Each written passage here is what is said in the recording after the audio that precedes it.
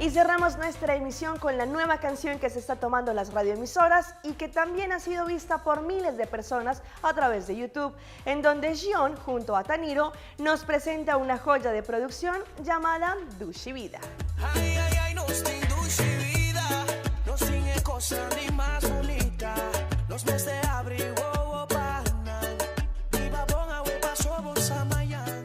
Jonathan Till, conocido como Jayon, junto a Ataniro, nos presentan su más reciente canción llamada Dushi Vida, un tema que no solo tiene pegajosos ritmos y una bonita lírica, sino que nos hace sentirnos orgullosos de vivir en un paraíso como es Aruba.